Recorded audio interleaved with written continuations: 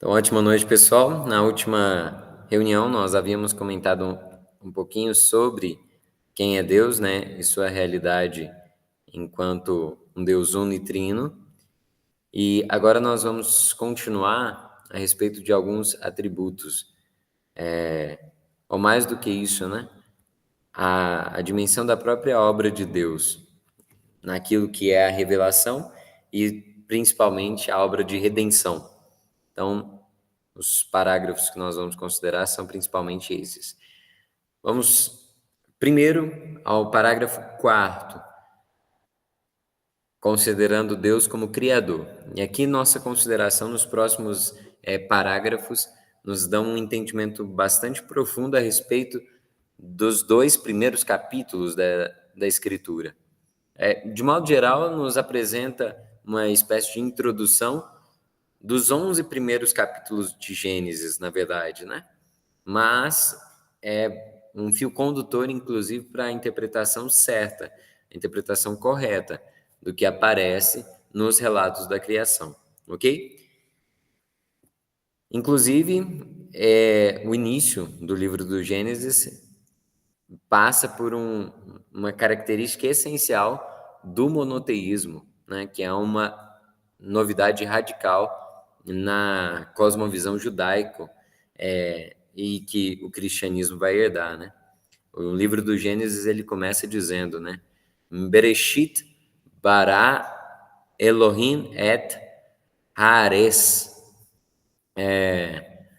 Bereshit é no princípio, né? Bará é criou, mas bará em hebraico é um verbo que só é conjugado com relação a Deus.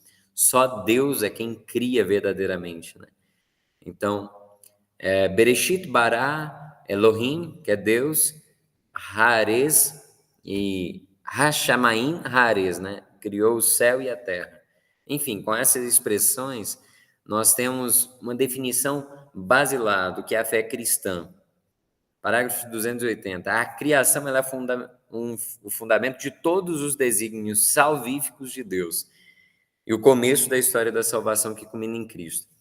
Observem, nós estamos articulando duas realidades. Primeiro, a de que Deus é criador. Segundo, que existe uma obra de salvação. E esse parágrafo eu fiz questão de grifar porque, inversamente, o mistério de Cristo é a luz decisiva sobre o mistério da criação. Olha a articulação que o catecismo traz da obra de redenção que explica, inclusive, a própria criação, né? Ele revela o fim em vista do qual, no princípio, Deus criou o céu e a terra. Desde o início, Deus tinha em vista a glória da nova criação em Cristo. É um problema complexo, né, dentro da teologia. Poxa, se não houvesse existido pecado, por acaso Deus haveria se encarnado? É claro que essa é uma hipótese teológica, mas, inclusive Santo Tomás, São Boaventura, grandes teólogos não eram unânimes em considerar esse ponto. Mas a igreja geralmente tende a considerar a hipótese de que sim, Deus haveria se encarnado, porque a plenitude da glória ela se revela na manifestação de Deus enquanto homem. Mas eu particularmente, né, vejo que trabalhar com as hipóteses geralmente é uma espécie de fuga do plano que realmente a realidade nos apresenta. O que eu quero dizer é o seguinte: quando Deus ele cria o ser humano, em alguma medida Deus sabia que ele estava criando seres que poderiam se desviar do caminho. Então, de algum modo, ele já previa desde toda a eternidade que o Verbo divino um dia haveria de se encarnar e seria Jesus, o Salvador. O que eu quero com isso? Que nós tenhamos clareza de que nem mesmo o pecado ele foi capaz de romper aquele plano que Deus havia preparado para toda a humanidade, ok?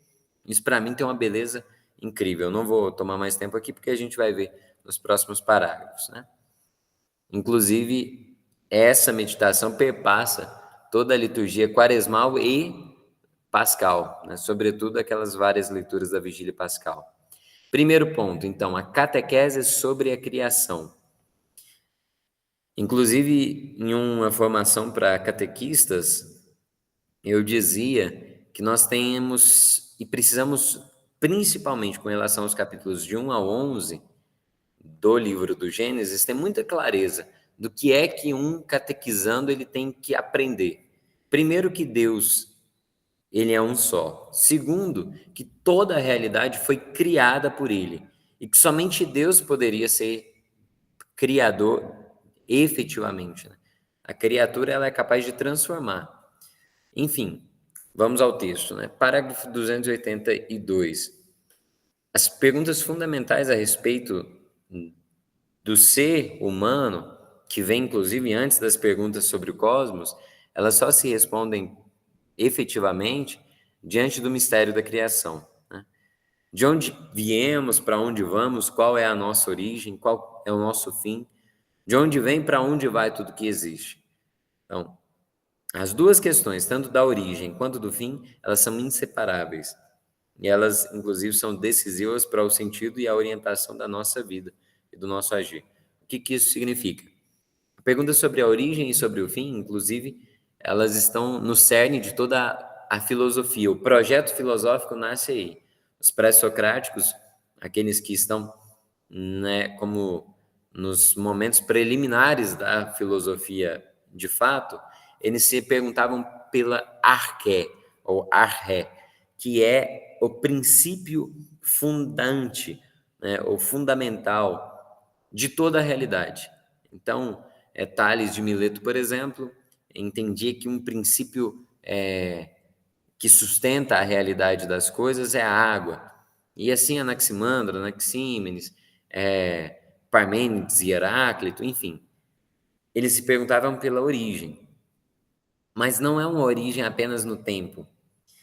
Inclusive, também quando nós falamos sobre o fim, nós temos todo o projeto filosófico também se questionando qual é o fim da humanidade, ou o fim do homem, aquele telos, né, para o qual nós nos dirigimos. O que eu quero dizer? A cosmovisão cristã, ela articula a religião com uma perspectiva racional, que é filosófica. Isso é uma propriedade particular do cristianismo. Isso é absurdo.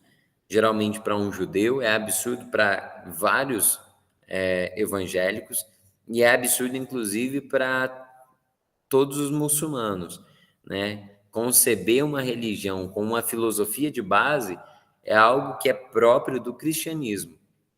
Enfim, é uma temática um pouco mais delicada, né? Vamos ao parágrafo 283. As origens do mundo e do homem são objeto de pesquisas e pesquisas científicas, né?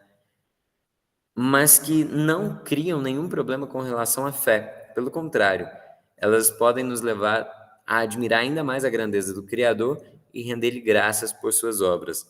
E aqui eu gosto geralmente de gastar tempo, principalmente para argumentar que entre fé e razão, como a gente já sabe, não existe divergência, pelo contrário, elas são como duas asas que nos levam a contemplar a verdade. É bonito, nós percebemos que o mundo ele foi criado para que o próprio ser humano fosse capaz de se admirar com a beleza da criação. Então, isso não é um problema.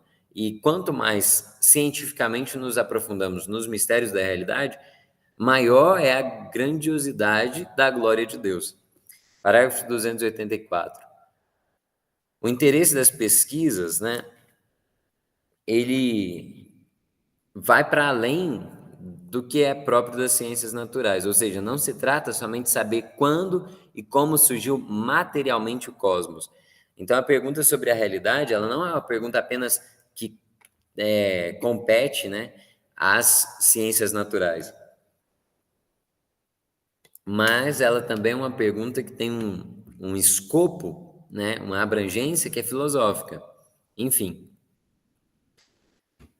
importa então descobrir qual é o sentido de tal origem. Se ela é governada pelo acaso, um destino cego, uma necessidade anônima, ou por um ser transcendente, inteligente e bom, chamado Deus. Percebam, Essa pergunta é o nosso pressuposto. Nós não estamos partindo da fé, nós estamos partindo da própria racionalidade. Espera aí, a origem do cosmos ela passa por um acontecimento casual, fortuito, ou, ao contrário, essa realidade material ela é tal como ela é porque ela foi ordenada por um ser que seja transcendente e que seja inteligente. A Ortega y Gasset ele vai dizer que a gente só entende a realidade porque ela é organizada. Ele diz o seguinte: se a realidade fosse um todo aleatório, nós não teríamos estrutura, nós teríamos pontos luminosos dispersos no espaço. Mas as coisas são porque existe uma inteligência por trás. Exemplo, quando eu olho para a constituição de uma garrafinha, não é simplesmente porque eu sou capaz de dar nome que ela tem integridade. É porque eu sou capaz de abstrair uma ordem presente nessa criatura.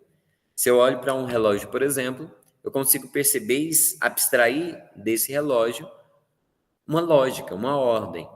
E assim em todos os elementos da natureza. A realidade, ela olha a beleza do que os primeiros padres da igreja diziam, né? Justino, por exemplo, Irineu. A grandiosidade do prólogo de São João, ela passa por aí. Existe, para estruturar a realidade, um logos. Ou seja, a realidade, ela não é um amontoado de elementos. Ela é, na verdade, uma série de elementos que estão harmonicamente unidos. E isso é a estrutura da realidade. Por isso que a gente é capaz de, inclusive, dar nome para as coisas. Eu não sei se isso parece um tanto abstrato, mas o que eu quero dizer é que é absurdo para a nossa razão supor que o acaso produz a ordem. Inclusive, cientificamente, isso aqui tem uma série de consequências. Quando a gente fala, inclusive na física ou em fisicoquímica, é interessante a gente perceber que a articulação que estrutura toda a realidade, ela passa por um jogo de equilíbrios, né? Seja na mecânica, quando a gente vai estudar, né? Ou na termodinâmica, por exemplo, as leis da termodinâmica, elas existem conforme uma certa harmonia, né? Enfim, eu disse de um pressuposto racional por isso. A realidade material, ela surge ao acaso ou é por uma ordem inteligente? E, parênteses, a teoria do Big Bang em nada contraria a possibilidade dessa mesma ordem, desse mesmo logos, né? Enfim, vamos adiante. Parágrafo 285. Certos filósofos, nossa, esse parágrafo é muito, muito bonito, porque traz todas as perspectivas filosóficas centrais, né? Certos filósofos afirmaram que tudo é Deus, que o mundo é Deus, ou que o devir do mundo é o devir de Deus. Essa cosmovisão ou essa filosofia a gente chama de panteísmo. Pan, no grego, significa tudo, e teísmo seria Deus, né? Vem de theos. Então, panteísmo é aquela visão de que em tudo na realidade existe algo de divino. Não como se fosse a beleza de uma obra, mas pelo contrário, como se a própria realidade fosse algo de divino, né? Como se tudo fosse uma espécie de parte de Deus, né? Olha, o texto continua dizendo. Outros afirmaram que o mundo é uma emanação necessária de Deus. Emanação essa que deriva dessa fonte e volta a ela. Exemplo, é como se considerassem que toda criatura é como um raio, é como se as criaturas fossem para o Criador aquilo que os raios de sol são para o sol. Emanação desse ser divino. Outros ainda afirmaram a existência de dois princípios eternos, o bem e o mal, a luz e as trevas, em luta permanente entre si. Ou seja, isso é uma visão dualista e é muito próprio de uma corrente filosófica muito antiga chamada maniqueísmo, que inclusive seduziu Santo Agostinho por um período da vida dele, mas logo ele percebeu que isso era inconsistente. Essa visão dicotômica da realidade, ela parece satisfazer um ímpeto nosso, né? A gente olha para a realidade buscando dicotomia, né? Preto no branco, positivo e negativo, yin e yang, enfim, como se a estrutura da realidade ela se desse na tensão entre dois polos. E o texto continua, né? Segundo algumas dessas concepções, o mundo, pelo menos o mundo material, seria mau, produto de uma queda e, portanto, deve ser rejeitado e superado. Isso aqui perpassa quase todas as doutrinas gnósticas. O gnosticismo é uma tendência que seduz desde a época, desde o primeiro século. Inclusive, São João escreve o evangelho dele já para contrariar, né, para combater algumas teses gnósticas. E o gnosticismo vai seduzir muitos, né, em todos os primeiros séculos ali do cristianismo. Vários padres da igreja vão combater essas heresias, né? Mas o gnosticismo seduz e atrai até hoje, né? Infelizmente, existe uma tendência, inclusive dentro de muitos de nós, nas nossas igrejas mesmo, existe uma tendência muitas vezes a desprezar o que seja material, como se o que é material fosse realmente desprezível. É claro, a gente precisa usar as coisas que passam para nos conduzir àquelas que não passam, que são eternas. Mas não significa que o que é material é negativo. Pelo contrário, depois que Deus, em cada dia da criação, ele diz, e as coisas são feitas, ele conclui que é bom. E quando ele conclui a sua obra, ele vê que é muito bom. Então, isso aqui nos dá uma hermenêutica bem mais madura, né? Um entendimento bem mais maduro da narrativa da criação. Mas vamos adiante. Outros admitem que o mundo tenha sido feito por Deus, mas à maneira de um relojoeiro. Geralmente essa é uma visão que existe, inclusive, em ambientes da maçonaria, por exemplo. Mas à maneira de um relojoeiro, que uma vez terminado o serviço, o teria abandonado a si mesmo. Isso é comum em crenças deístas, né? Não, a gente até crê que existe um Deus, mas com esse Deus eu não tenho relação. Ele é absolutamente transcendente e as leis que regem o cosmos são somente elas que condicionam a existência, né? E por fim, outros não aceitam nenhuma origem transcendente do mundo, vendo neste o mero jogo de uma matéria que teria existido sempre. Essa é a perspectiva do materialismo, talvez uma das mais avassaladoras em nossos dias. O materialismo é o modo de enxergar a realidade como se apenas houvesse a matéria. É aquela pessoa que entende que a seleção natural, ela excluiria a possibilidade de que o ser humano tivesse alma, por exemplo. Então, ela se conclui que o darwinismo seja a teoria máxima sobre a realidade e que algo muito semelhante teria estruturado tudo aquilo que é material e que nós não passamos de corpos fadados a durarmos no tempo eternamente, né, com um certo desgaste, porque não seríamos mais do que energia, né? Olha, o materialismo é uma visão absurda da realidade. Não existe nenhum fundamento racional para que eu suponha que a realidade é composta apenas daquilo que é material. Isso é tão delicado que, inclusive, os estudos que nos fazem hoje entender, por exemplo, a energia, ou principalmente a luz. A luz, ela é algo que é bastante intrigante, porque ela, às vezes, se comporta como onda, às vezes ela se comporta como partícula. E, em alguma medida, ela parece ser uma realidade que está no limite entre aquilo que eu realmente consigo entender de uma realidade material e aquilo que me dá brecha para entender uma realidade bastante mais complexa do que só matéria. Enfim, a gente pode ir adiante. Parágrafo 286.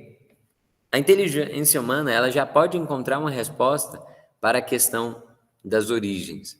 Essa afirmação, ela pode nos parecer um tanto ousada, né? Sem dúvida, a inteligência humana já pode encontrar uma resposta para a questão das origens.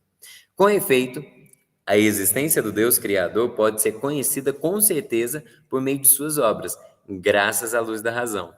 Isso aparece inclusive em Sabedoria 13, né? Ainda que este conhecimento seja muitas vezes obscurecido e desfigurado pelo erro. É por isso que a fé vem confirmar e iluminar a razão. É claro que uma multidão de pessoas, escutando essa frase que eu acabei de ler, elas ficariam iradas, né? Como se fosse uma presunção nossa. Mas, infelizmente, os problemas de hoje, eles não são problemas com relação à fé apenas. O nosso maior problema de evangelização no Brasil, inclusive, passa por um problema educacional. Curioso, né? Porque quanto mais limitada for a nossa visão da realidade, mais difícil é para que nós sejamos capazes de compreender a fé. Ou melhor, de praticar a fé. Parágrafo 287. A verdade da criação é fundamental para toda a relação com Deus. E isso é um mistério que está intimamente unido. A revelação sobre a criação foi algo que Deus fez questão, né, que nós tivéssemos contato. Por quê? Apesar de ser algo acessível pela mera luz da razão, os seres humanos, eles às vezes têm a vontade comprometida. A gente já falou sobre isso. Então, dentro do plano da salvação, existe o plano de revelação a respeito de Deus e de toda a realidade, né? Parágrafo 288. A revelação da criação é inseparável da revelação e da realização da aliança de Deus, o único, com o seu povo. Curioso isso, né? Todos os povos poderiam ter simplesmente permanecido no monoteísmo. Existem alguns teóricos, inclusive, que dizem que não é natural que o ser humano pratique o politeísmo. Existem hipóteses de que o politeísmo seria uma degeneração da cultura, uma degeneração da sociedade, de modo que, a princípio, as sociedades poderiam sim surgir com crenças monoteístas. Mas, enfim, seja como for, o ser humano geralmente ele é muito mais fruto das crenças do seu meio do que do próprio esforço racional.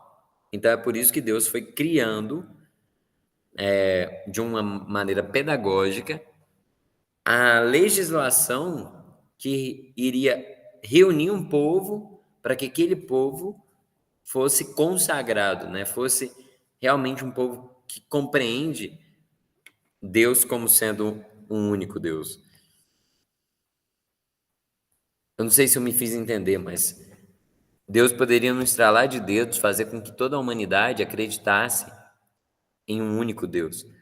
Mas ele respeita a nossa liberdade, então ele precisou reunir um povo para que aquele povo fosse educando as gerações seguintes no monoteísmo. Ok? Com relação a isso, existe uma semelhança muito grande com o islamismo, porque a fé basilar de qualquer muçulmano é que existe um único Deus. E Deus, em árabe, é Alá, né? Se diz Alá. Ou seja, Alá, para o muçulmano, é Deus. E o islamismo inteiro ele se fundamenta nessa certeza de que existe um único Deus. Mas, para eles, o cristianismo é absurdo, porque o cristão ele afirma que Jesus não era só um grande profeta, mas o cristão afirma que Jesus era Deus. Então, para o muçulmano, isso é absurdo, porque existe um único Deus. Não dá para afirmar a trindade, né? Eles entendem que a afirmação sobre o dogma trinitário é uma degeneração da fé verdadeira. É complexo, né? Bastante complicado, porque o problema não começa com um problema com relação à trindade. É porque o muçulmano, né, o islamismo, ele nasce de um ímpeto a combater o politeísmo. E é muito parecido com as primeiras heresias que existia entre os povos pagãos. Olha só, um judeu que se tornava cristão, ele tendia a ter um tipo de heresia. Geralmente, vamos fazer o raciocínio primeiro dos pagãos, que são politeístas. Eles tendiam a abandonar o politeísmo e a se apegar ao fato de que existe um único Deus, ok? Então, quem é politeísta geralmente tende a afirmar que existe um único Deus. Então, qual que é a heresia, o tipo de heresia que eles vão recair geralmente? Aquela que nega que Jesus seja Deus, ok? O judeu, no entanto, ele já é monoteísta. Então, quando ele se converte ao cristianismo, podem ter judeus que não vão negar que exista, que Jesus seja Deus. O problema deles vai ser afirmar que Deus ele tenha se feito homem. Enfim, a gente pode separar dois tipos de heresias, né? Aquelas que negam que Jesus é Deus e aquelas que negam que Deus ele tenha se feito homem, né? Então, Jesus seria uma espécie de holograma. Enfim, estou tentando sintetizar aqui dois grupos grandes de heresias, para dizer que geralmente a gente tende a ir ou para um polo, que nega completamente que Deus tenha se encarnado, ou para um outro polo, que nega que Jesus ele seja plenamente Deus. Então ele seria só um grande homem. Enfim, eu sei que agora fica um pouco confuso, mas eu espero um dia a gente ter tempo para, inclusive, fazer uma consideração só sobre as principais heresias, talvez dos 4 primeiros séculos, por exemplo. Parágrafo 289. Então, sobre a criação, são os 3 primeiros capítulos, né? E aí eu queria ir para o fim desse parágrafo, porque os mistérios do princípio, ou seja, o princípio do cosmos, da humanidade e do povo de Deus, que são esses, é o livro do Gênesis, né? Eles não falam apenas da criação, mas eles falam da criação, da queda e da promessa de salvação, né? Quando Deus diz, por exemplo, porém inimizade entre ti e a serpente, ele falando para Eva, né? Porém inimizade entre a tua descendência e a da serpente. Nós sempre olhamos para esse texto como se fosse um proto-evangelho, porque essa inimizade entre a descendência da serpente e a descendência da mulher é, na verdade, a inimizade que vai existir entre os filhos das trevas e os filhos da luz, que são todos aqueles que ou se revoltam contra Deus ou acolhem o plano de salvação. Beleza. Então, segundo tópico, a criação é uma obra da Santíssima Trindade. No princípio, Deus criou o céu e a terra. Ou seja, o Deus eterno, ele pôs começo a tudo que existe fora dele. Só ele é criador. Então, eu já falei do verbo bará, em hebraico, né? Tudo que existe está contido nessa fórmula, céu e terra, né? Depende daquele que lhe dá o ser. Ou seja, se Deus, porventura, né, pudesse, ou ele resolvesse dormir, tirar um cochilo, tudo aquilo que existe desapareceria, né? Porque é Deus quem nos sustenta no ser. Exemplo, se eu estiver segurando esse relógio e eu solto ele, ele vai cair, porque a gravidade está atraindo ele, né? Deus, se ele nos deixasse cair, se ele nos soltasse, nós cairíamos no não ser. Isso é curioso, né? Se Deus nos esquecesse, nós desapareceríamos. Simples assim. Parágrafo 291. O Novo Testamento revela que Deus criou tudo por meio do Verbo eterno, seu Filho amado. Lembra que eu falei que existe um logos estruturante para a realidade? O prólogo de São João fala disso, né? No princípio era o Verbo, né? Enarré on o logos, né? Eu não me lembro bem a introdução no grego, mas articula essas duas palavrinhas chaves na filosofia, arché e logos. São João ele tinha uma visão muito penetrante da realidade. Então ele sabia que o Verbo de Deus ele era a forma pela qual Deus havia estruturado a realidade. E a igreja ainda afirma que a ação criadora de Deus por meio do Verbo, ela se realiza no Espírito. Olha lá, o Espírito Santo, ele é o doador de vida, o Espírito Criador, fonte de todo bem. Isso aqui é interessante porque no Antigo Testamento eles não tinham clareza de que Deus era trino, mas mesmo assim, Deus foi deixando sinais de que a obra da criação é uma obra trinitária, né? Porque não existe nada que uma pessoa divina faça em que as outras não estejam envolvidas, né? Parágrafo 292, insinuada no Antigo Testamento, revelada na Nova Aliança, a ação criadora do Filho e do Espírito, inseparavelmente una com a do Pai, é claramente confirmada pela regra de fé da Igreja. Só existe um Deus.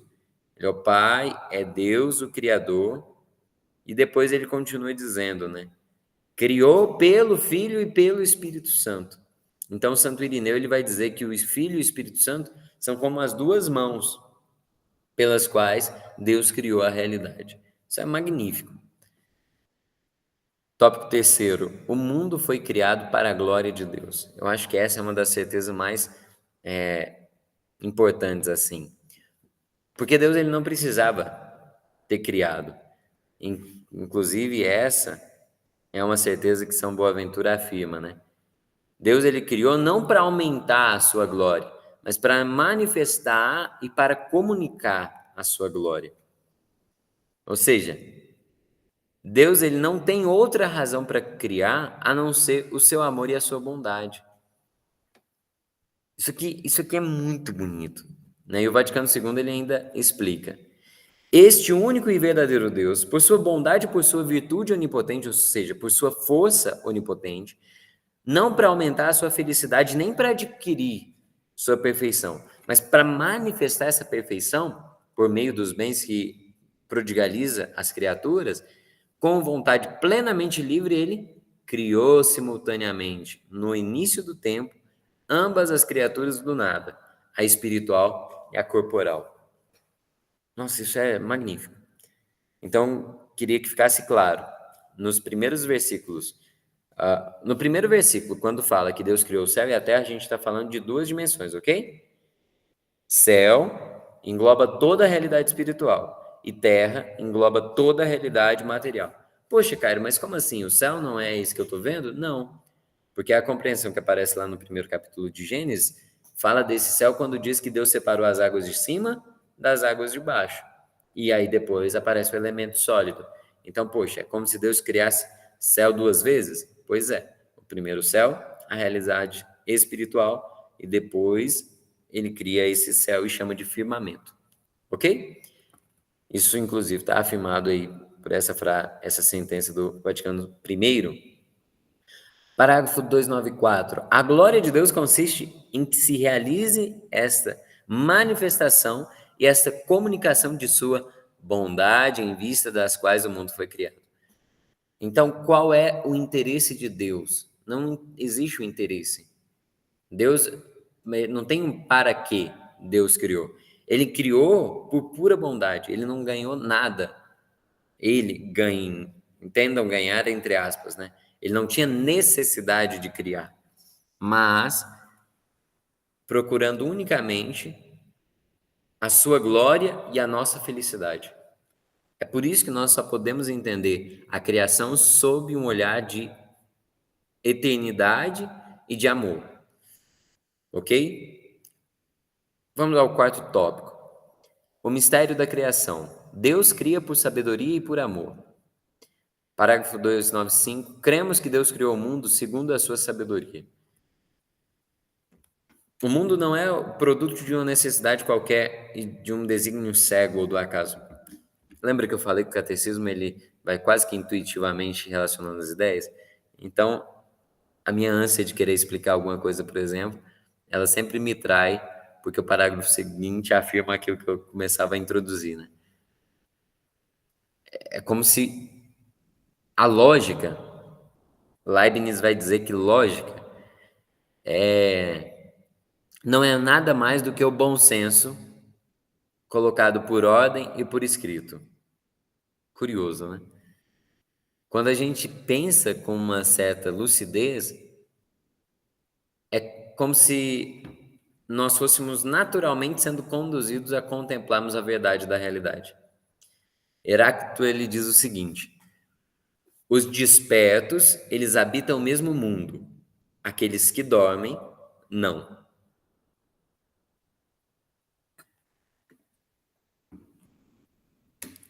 Isso significa o quê? Todo mundo que está acordado é como se visse a mesma realidade. Mas quem está dormindo é como se fosse viver cada um em um próprio mundo. Heráclito ele quer dizer o seguinte: quando a gente está realmente sem véu nenhum, olhando a realidade tal qual ela é, todos vão ver a mesma realidade. Exemplo, Chesterton insistia que ia chegar um tempo que a gente teria que provar que a grama é verde. Para quem está com o olho aberto, quem não está cegado por uma ideologia, consegue ver que a grama é verde, que 2 e 2 é 4, que menino é menino, enfim. O problema é quando nós somos seduzidos por uma narrativa ou por uma fábula, né? Como diria São Paulo. Então, cada pessoa ela passa a viver no mundo dela. O que que isso significa? Que se nós olharmos a realidade tal qual ela é, nós vamos acabar chegando a Deus. Santa Edith Stein que afirmava, né? Aquele que busca a verdade, conscientemente ou não, busca a Deus. Um ateu me escutar falar isso, ele fica revoltado, né? Ele fala, pois é, vocês ficam eternamente nesse proselitismo, né? Falando de Deus. Me desculpa. Se você realmente buscar a Deus, você vai acabar, quer dizer, se você realmente buscar a verdade, você vai acabar se deparando com Deus. Louis Pasteur, ele insistia, né? Pouca ciência pode até nos afastar de Deus, mas muita ciência, ou seja, quem é fiel, acaba se aproximando de Deus. Vamos adiante. Deus cria do nada. Para os gregos, não existia o conceito de criação, ok? Para o grego, no geral, o entendimento é de que a realidade sempre existiu. Por isso que a ideia mais avançada que a gente vai ter não é de um Deus criador, mas é aquela ideia do motor imóvel de Aristóteles. Ele não cria a realidade, mas ele move a realidade. Porque para o grego, transformação e tudo o que acontece é movimento. Então, o motor imóvel de Aristóteles, que depois vai inspirar bastante a filosofia de Santo Tomás, tem uma diferença. Ele não é criador. Ou seja, o, o conceito de criar é algo que existe só na cosmovisão judaico-cristã. E depois nos muçulmanos. Tranquilo? Então, criar é tirar do nada. Ex nihilo, né? Tirar do nada. Cremos que Deus não precisa de nada pré-existente, nem de nenhuma ajuda para criar. Então, uma das primeiras coisas que a gente vai negar é que a matéria seja eterna. E a segunda também é que criação não é uma emanação, como se fosse Deus tirando a porção dele e criando a realidade. Não é assim. Isso aqui é um pouquinho daquilo que apareceria no entendimento de Platão. Poxa, cara, mas quando a gente olha para Platão, ele explica que tem um demiurgo e que o ser supremo é o sumo bem e que esse demiurgo ele teria plasmado a realidade. Mas só que esse plasmar a realidade ele tem um quê de eternidade. Não tem tanto um princípio temporal. É algo que estava muito incipiente assim no pensamento grego, ok? Enfim, isso renderia inclusive uma pesquisa bem interessante, né? Se alguém quiser aprofundar. Uma espécie de genealogia do conceito de criação, né? Vamos adiante. O que haveria de extraordinário se Deus tivesse tirado o mundo de uma matéria pré-existente? Um artífice humano, quando se lhe dá o material, faz dele tudo o que quiser, ou seja, transforma. ao passo que o poder de Deus se mostra precisamente quando parte do nada para fazer tudo o que quer. Isso fica claro naquele texto do primeiro capítulo de Gênesis, que é de uma tradição sacerdotal. Aquele texto ele faz questão de falar, Deus disse, e as coisas passam a existir, ou seja, pela palavra.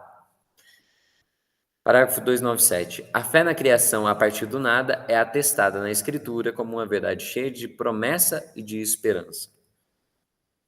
Inclusive, é uma decisão de Deus, de que as coisas existam. E depois que algo vem ao ser, jamais pode voltar ao não ser, ok? Depois que algo acontece, ele jamais desacontece.